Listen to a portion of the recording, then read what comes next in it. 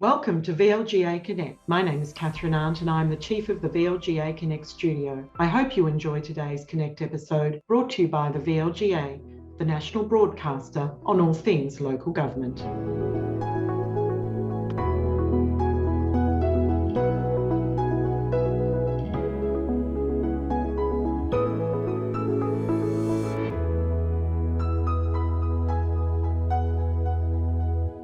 Hello everyone and welcome to the VLGA Connect Governance Update for Friday the 8th of July.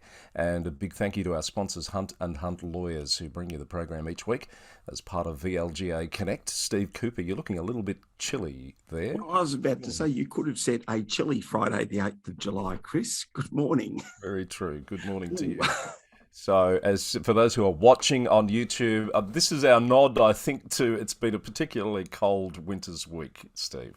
Oh, we've been building up to the winter wear kind of all week, Chris. So, tell me, what's the story behind that headwear of yours, because it's a bit colourful. It is colourful, isn't it? I don't think there's really a story. This is my go-to when it's really cold and I need to walk the dogs of a morning, and it covers my ears. I can tuck my little headphones in here, little wireless headphones, and they sit there nice and snug. And we brave the elements. But no other story than that, Steve. What about yours? Mine's actually a Kerry's beanie, which I like the idea that it's a good cause. And I don't particularly like a Pom Pom, Chris, so it fits the bill. But can I make a little diversion? What's wrong with Pom Poms? Oh, no, I think that's just a matter of personal taste. It just, I prefer a non-Pom Pommed beanie. Can I just give a quick nod, speaking of Kerry's beanies and brain cancer and so on? My good mate, Cass Bennett, who knows, sadly, more than she should about brain cancer, walked 150 kilometres last week for the Mark Hughes Foundation. Fabulous effort. Yes. And Cass, if you are listening and want to put your details of the fundraiser in the chat, there's some pretty generous people in local government, because I know you've already raised $5,000. So good one to think about, Chris. Excellent. All right. No, that's a nice plug. So can we dispense with... yes, please. Yeah, okay. Very good. Oh, no. Put it back on. Put it back on. No. Okay. Thank you for that. Now, what's happening in the world of government this week? Well, of course, as we record, two really big developments coming out of London, Steve. I'm sure you're following the Boris Johnson saga with great interest.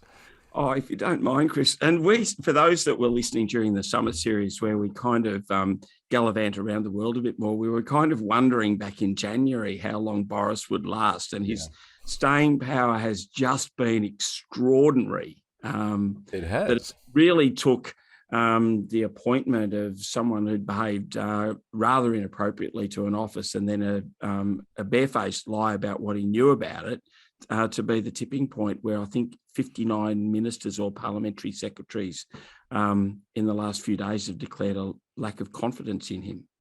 Lots of resignations. I noticed in the reporting this morning they've stopped bothering with the count. They've just said scores of, which is a bit safer, because the numbers seem to be changing by the hour. Yeah, Chris, I've been amusing myself too by, the Prime Minister has a weekly audience with the Queen. And as you would know, in the Westminster system, the head of state appoints the Prime Minister, who is the person who has the confidence of the House. And I've just imagined Her Majesty each week saying, Mr. Johnson, are you sure you have the confidence of the House?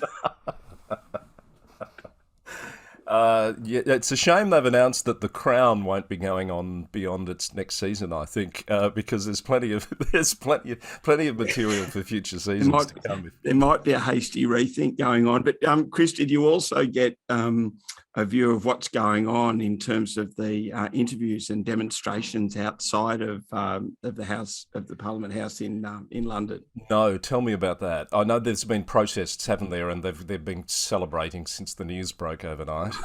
If you don't mind, there's a guy called Steve Bray who has been protesting Brexit since 2016, and apparently he had his speakers confiscated by the police and crowdfunded to get a new set of speakers.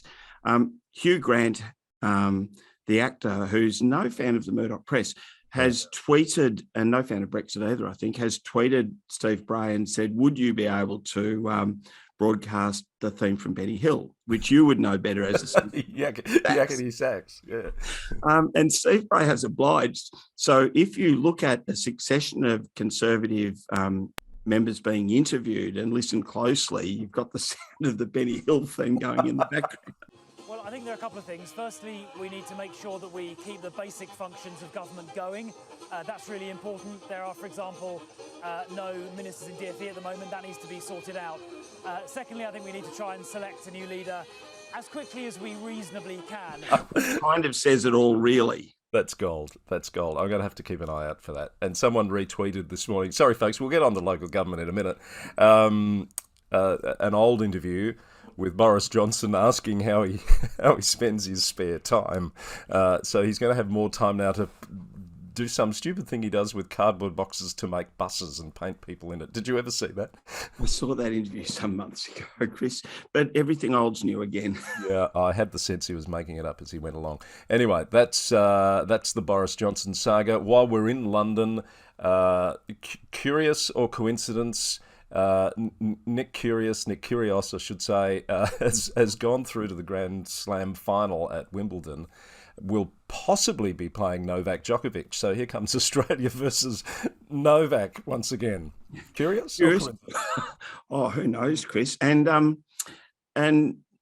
Nick Kyrgios has made an art form of wearing baseball caps in the media centre. I'm just wondering, curious or coincidence? I've seen a picture of you in the Wimbledon Media Centre wearing a baseball cap. Well, we like to be trendsetters, Chris. Let's keep going. Not only in that photo, you're wearing a Cheers t-shirt. I might have gone to Wimbledon via Boston, Chris. But let me just tell you one thing about the Cheers bar. Nobody knows your name. Let's move on. Yeah, let's move on. Can I just point out that Nick Kyrgios could well be playing Cameron Norrie in the Wimbledon final, so that would make it an Australia versus England challenge, which is, one for the ages, possibly. I'll tell you what, that doesn't happen very often in a final, Chris. No, very, very true.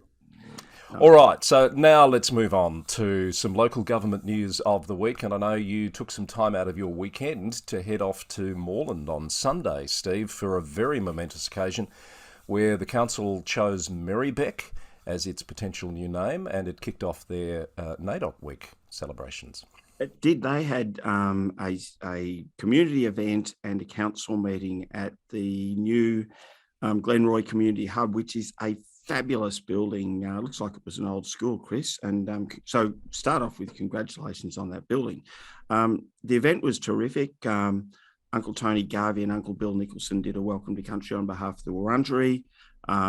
There was a really good crowd on a Sunday morning in attendance. Some stayed downstairs at the community event. Some of us tragics went upstairs for the council meeting. And we should actually give props to chairs who run good meetings. The Mayor, Mark Riley, was absent due to illness, and former VLGA President Lambros Tapanos, bracket councillor, chaired the meeting and did a terrific job. So with 3 councils dialing in remotely and the remainder of the council in attendance.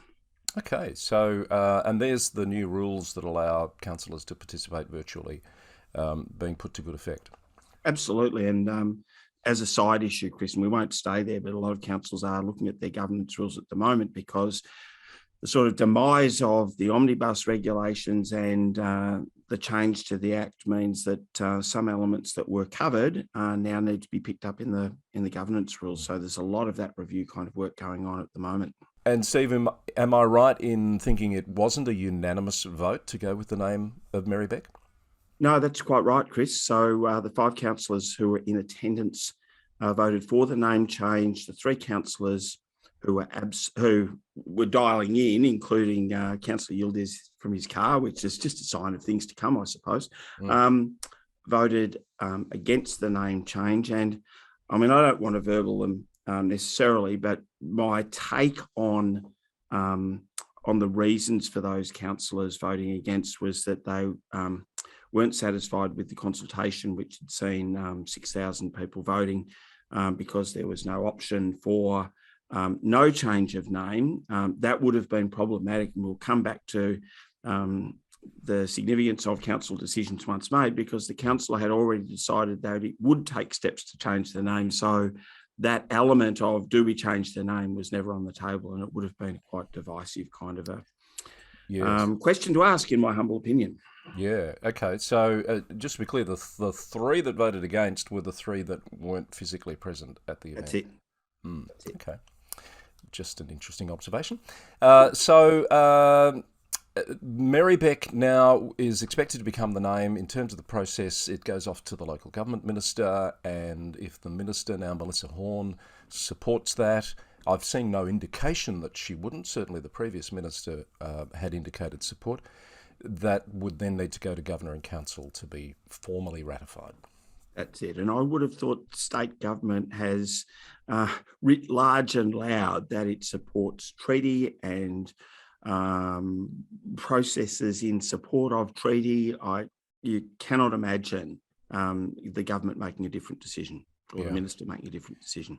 Side note, Steve, I did note someone, I think it was a councillor at Darebin, tweeting that this would make 12 councils in Victoria with Indigenous names. I struggled to find the 12, and I wonder whether there's a list somewhere. Have you put your mind to that? No, but can we come back to that next week, Chris? Because I reckon I think we can make some progress towards that. Yeah, that would be good. I'm thinking of your Gannawarras, your Murrindindis. Ah, there you go. There's at least one that I hadn't thought of. Yeah, okay. Let's look at the list. Bor. Ah, yeah, okay. And there's some names on there that may be Indigenous in origin that don't necessarily appear Indigenous. I'm tipping though, Chris. Yeah. White Horse. Oh, Maroondah might be. I don't know the origin of Maroondah. See what I mean? See what I mean? Yeah. That might be. I'm tipping White Horse and Bayside aren't. No. I don't think Hobson's Bay or Port. I'm pretty sure Hobson's Bay is not. No. All right. Okay. Yeah. All right. Well, let's come back to the list next week. Yeah, we might have started something there, or people might help us in the chat or in the feedback. I did have a little bit of feedback this week about a story that's happening interstate that I want to come to shortly. Before we move interstate, a couple of other local issues. We spoke last week about Horsham to get a monitor.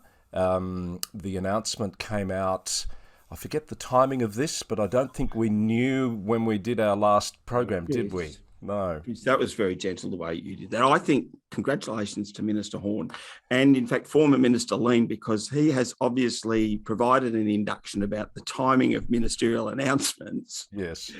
That was all about sure that they come after mid morning on a Friday. After we record. So, congratulations, Minister Horne. Thanks for that. So if they're true to form, Steve, we'll have an announcement later today on who the new monitor is going to be at Horsham. We've also got some speculation that there might be a monitor for Wyndham. Now, the reason I say that is there's been some press coverage of a letter that's gone from two councillors at Wyndham to the minister that the ABC's reported on in relation to an internal matter. Probably all I want to say on that, unless you want to go a little bit further, Steve. But also in that letter, they've asked apparently for the minister to consider appointing a municipal monitor at Wyndham. So watch that space. Yeah, I understand, Chris, and this is in the public domain, that the report is around comments by a councillor towards staff, both in briefings and council meetings, which sort of points to a risk more broadly without addressing that one in particular. I thought a bit disappointing, Chris. One of the issues about the release of that sort of information in advance of the matter being finalised is that when someone has an allegation against them, they are entitled to some due process. And if you look at which way this goes, the due process can only be compromised by the public release and commentary around a report. I noticed the language too in that ABC report. The minister had said she was seeking urgent advice on the matter. I know you've got a bit of a continuum of ministerial comment, Steve. Where does that sit on the seriousness? Hang on, I've got 1, 2, 3, 4, 5, 6, 7, 8. No, I have 9 or 10. I think towards the back end. Let me just run through quickly. Yeah, please. I think that would be instructive. I think the most flippant sort of a comment by a minister would be, I haven't seen those reports, and just move on. I want to come back to that. A minister might say, yes, I've heard about that. Okay. Yes. I think it's a bit more serious if the minister says, yes, the department is aware of that. Oh, yes. The minister might say, I've asked the department for advice. Oh, just advice at this point? Just advice, because the next one would be, yes, I'm quite concerned and I've asked the department for advice. Oh, okay. We're not into urgent advice yet. We look out for urgent. If we ask for urgent advice, that's getting serious. Yeah. The next one might be a surprise. It's a revisiting. Yes. Oh, no, I haven't seen those reports. I was thinking about how unusual it was, and I'm sorry for those who aren't keen on football, when Tom Stewart cleaned up Darren Prestia a couple of weeks ago. Almost immediately, his teammates said that he was really regretful of what he has done. The normal thing when, Knuckles McGillicuddy cleans up another player and the media do the interviews either on the ground or in the rooms after, no one saw it. Didn't see it. It's like the shooting of Billy Longley. No one saw it, even though there were 100 people there. So you haven't seen those. I'm stuck on Knuckles McGillicuddy, and what was it? The shooting of Billy Longley. I think Billy Longley, a painter and docker, was shot in the Druids Hotel in South Melbourne back in the 60s, and there were about 100 people in the bar, but no one saw it. Okay, as you were. I think the next one is where we're at. I'll appoint a monitor. Right. Yes. Which is an independent monitor, no less. Which is, and that's only the second highest one. The more serious one is, I understand that insert the name of integrity agency is investigating this matter. Yes. And it would not be appropriate to comment any further at this time. No, we don't go there. All right. Is that documented somewhere, Steve? That's a very handy list for interpretation. On my very scrappy notepad, which I put together at about 5 minutes before we recorded, Chris, as if that's not obvious. All right. I'm not proposing that we put that one online, but there is. I have created a list. Given it's getting so long and people are forgetting who's the monitor where, I've created a list of the municipal monitor appointments and whacked it on the Local Government News Roundup website, Steve, just for reference. That's an important thing. And Chris, on a more serious note, though, I think language and nuance in language does matter in government. So we can sort of make a joke about it, but equally, people should read the tea leaves by the way that these things are described. You always got to make it serious in the end, don't you? I know. That's our thing. Speaking of lists, I have done an update to the Vic Council CEO appointment watch list on the Local Government News Roundup website this week because... Has there been more action, Chris? There has been more action. Another development. Martin Cutter, the CEO at Greater Geelong for the past 4 years, has announced that he's stepping down in September, that it's time to pursue some personal pursuits, which I think is terrific for Martin. And some terrific tributes coming into the influence he's had on that organisation over the past 4 years. Highly respected Martin Cutter, after a storied career at Melbourne City Council at the executive level as well, I think 13 years. Yeah. Congratulations to Martin and good luck to Greater Geelong on recruiting, or say, a replacement. Yes. So there's now, I think as of this morning, there's 6 positions at CEO level to be determined at least between now and the end of the year. And there's been 36 developments, whether that's reappointments, departures, etc., in this term of council. I look forward to the day, Chris, when you can report that there are no vacancies at the moment. But let's see. Yeah, would be nice. We can live in hope. Yeah. And at the elected level, a countback was conducted at Greater Shepparton this week to fill the vacancy created by the resignation of Rob Priestley about a month ago now, a little over a month ago. And it's a former councillor and mayor, in fact, returning to the fold in Denny Adam up at Greater Shepparton. Oh, curious or coincidence, Chris. Back to that. Congratulations to former Deputy Mayor and Mayor Councillor Denny Adam. And good luck with for him and Shepparton for the remainder of that term. And if I'm not mistaken, Steve, Denny was the mayor at the time that the whole idea of the regional Commonwealth Games model was commenced and promulgated out of Greater Shepparton back, that'd be about 2016, I guess. I would say so. I think you're right there, Chris. And just on a quick aside with Shepparton, that former Mayor Kim O'Keefe appears in our friend Ian McCormick's book, which has hit the presses. So anyone following Ian on social media, and we'll certainly tag the release of Ian's book around leadership, particularly for mayors. Yes, the DNA of great leaders. It's getting some good coverage through the social channels. Absolutely. Okay, I think that's all from around Victoria that we wanted to talk about on today's show, unless you've got something else, Steve. But a couple of things from interstate. Now, we've been following the story out of Redland City Council in Queensland, where the mayor was involved in a drink driving incident, has been charged over that incident now, Steve, with being, I think, 3 times over the legal limit. Allegedly 0.177, Chris. And I think probably we'd classify this as addendum from last week's. And I really wanted to make my comments clear, not that there's been any commentary about it, but at the time I said we shouldn't overreact to this. I still think that from a governance point of view, that's not to diminish the seriousness of any drink driving matter. I think there's been some commentary this week that, Mayor Williams will, be required to go through the justice system, as is appropriate. Anyone in that situation, I would say, needs and deserves support. There is a mental health issue associated with drink driving, and I hope the mayor is receiving that support. I think the commentary is more around why is local government different to any other organisation. It should be able to be dealt with within the structures that we've got. And I know you'd received some commentary around perhaps some inconsistency in the commentary. Well, I did. I had some communication suggesting or comparing, I guess, the way this incident's been dealt with in the media, particularly compared to when the Tim Smith incident happened in Victoria. Was that this year or last year? Going back a few months, anyway. Yeah. And I thought it made this was a regional mayor who made the comment to me, and I thought they made some really good points about perhaps a differing standard. The suggestion was a female mayor, a male MP, and some different standards being applied to the way it's been reported.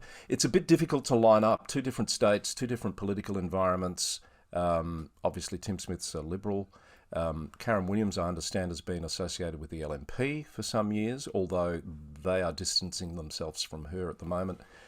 You had a case with Karen Williams where the Premier and the federal opposition leader and fellow councillors all came out publicly and asked her to stand aside, which she's now done once being charged. I'm not sure whether there was that same level of outcry with Tim Smith, or was I just a bit blind to it?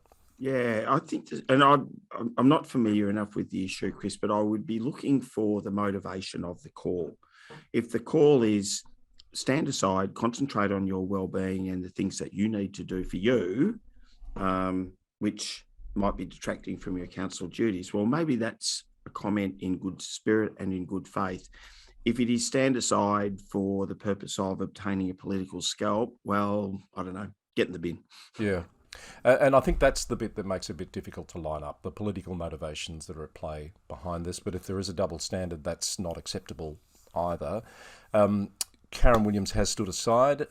Julie Talty is now the acting mayor. She's the deputy at Redland. The local government minister there, Stephen Miles, who's also the deputy premier, has publicly stated that he's asked for advice on his options about whether the mayor should actually be removed from office or other action while this matter is going on. And the local peak body up there has come out pretty strongly saying that would set a dangerous precedent. Let the court process run and see what comes out of it.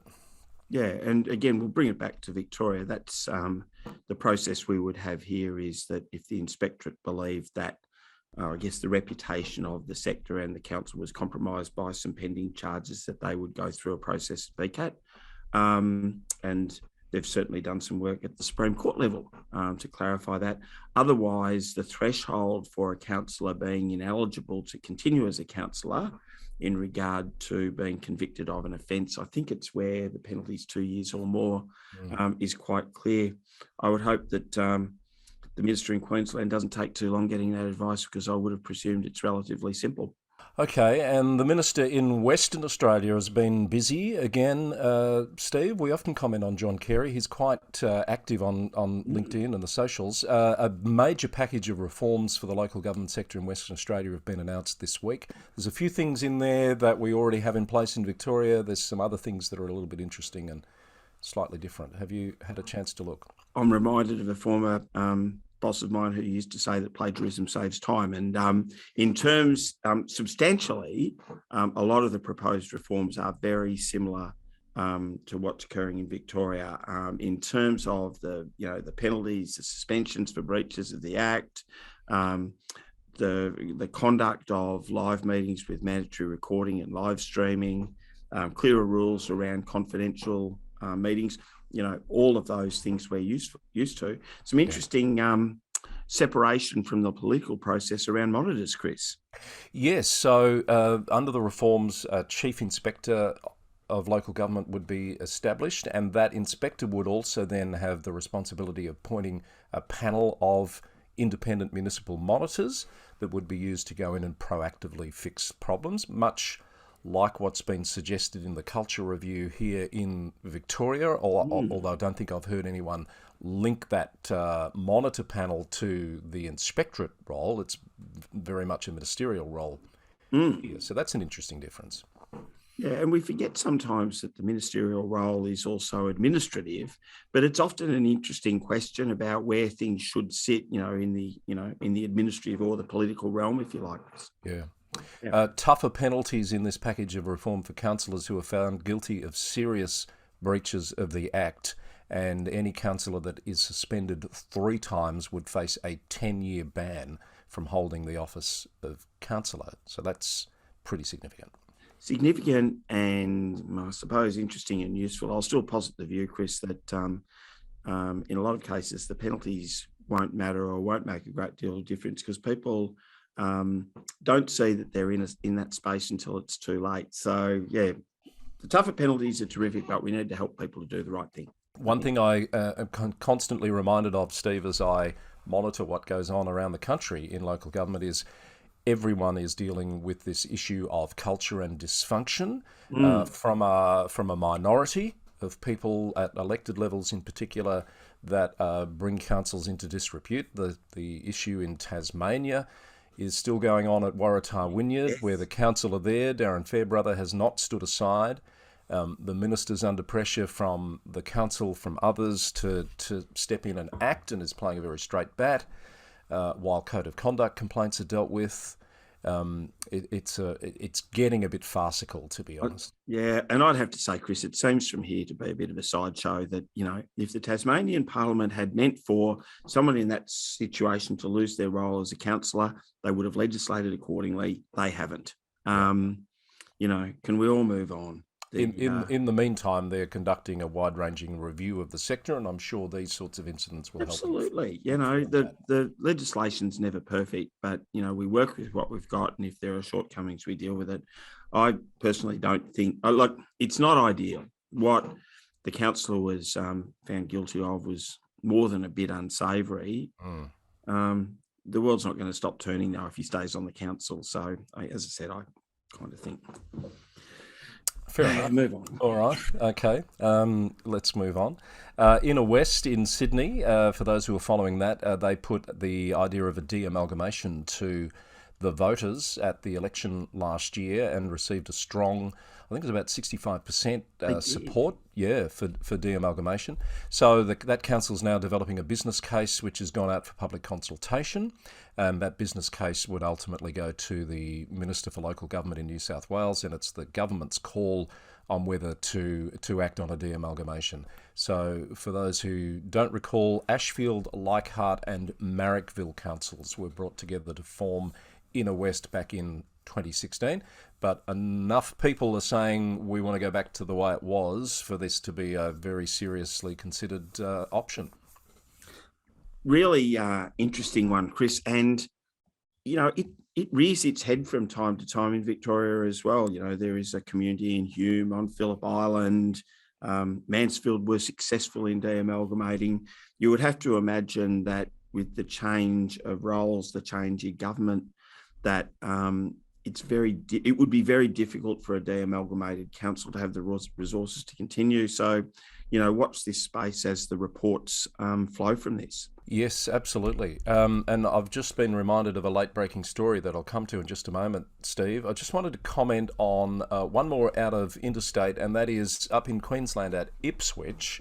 There's been a backflip on a backflip. If you've been following this, last year the Ipswich Council decided to remove the name of a former mayor who's currently in jail for a number of different offences. Paul Pasali's his name. To remove the Pasali name from a road and a bridge. The council then duly removed the signs from those assets. Last week, a councillor brought forward a motion to restore those names and got the vote.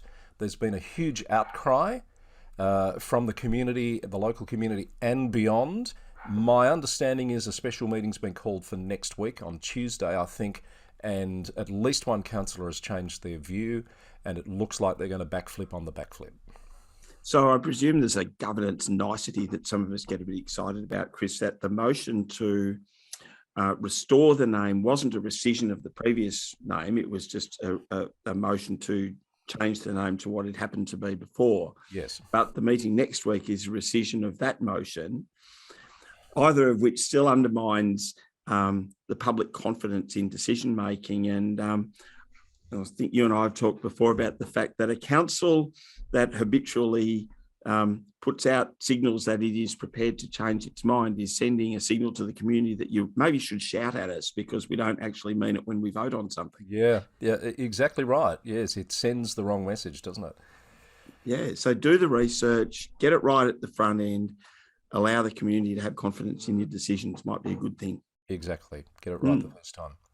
The breaking news I was talking about, Steve, it came out a couple of days ago now from the inspectorate in Victoria, where a former Benalla councillor, the release actually says Benalla Shire. I'm not sure that's right because this is about William Van Wersh, who unsuccessfully stood for re-election in 2020 after one term. So that'd be Benalla Rural City Council. I believe so.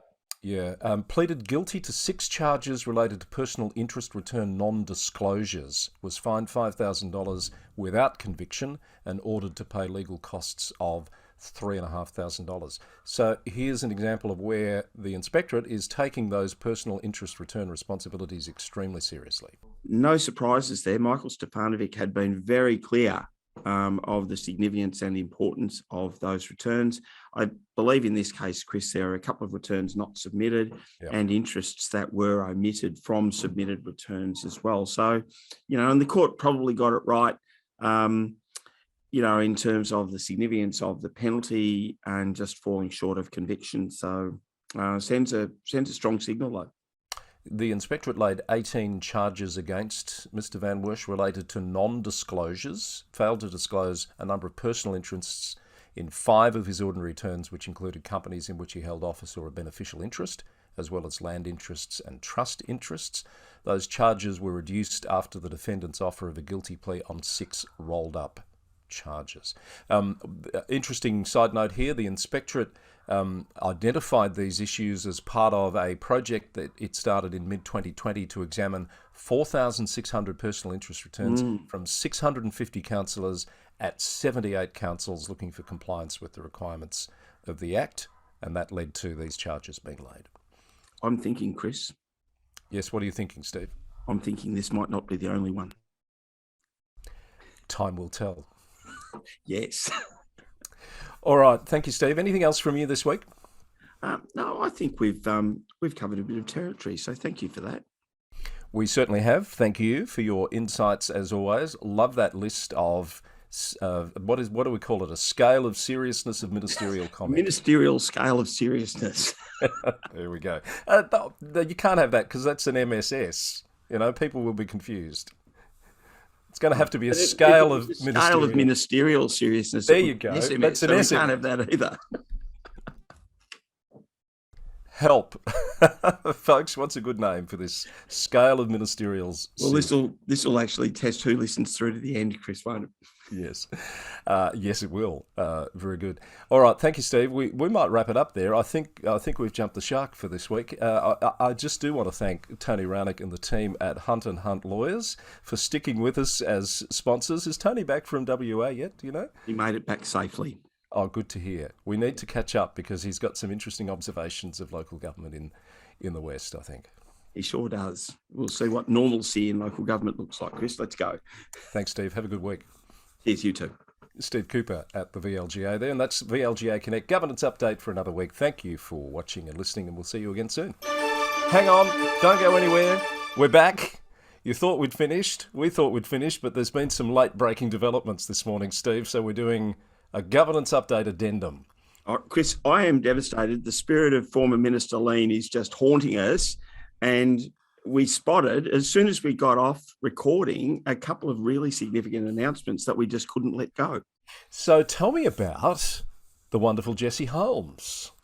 Well, listeners will recall, and a lot of people know Jessie, that she went off from the role of CEO at Merri-bek to work for the Victorian Skills Authority.